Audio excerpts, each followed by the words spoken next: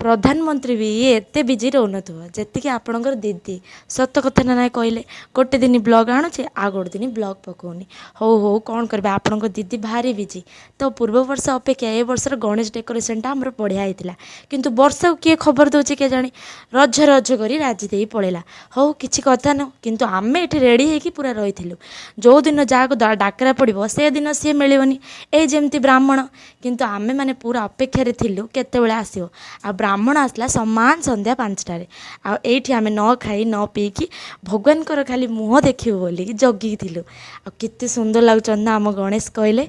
आपण माने कौन मागिले कमेंट रे कहबे तो किंतु मु कौन मागिली कहबी आपन को चलंतु गैस करंतु कौन मागिथिबे कहले भगवान तो मते न मागुणु एते भलो परिवार एते भलो बर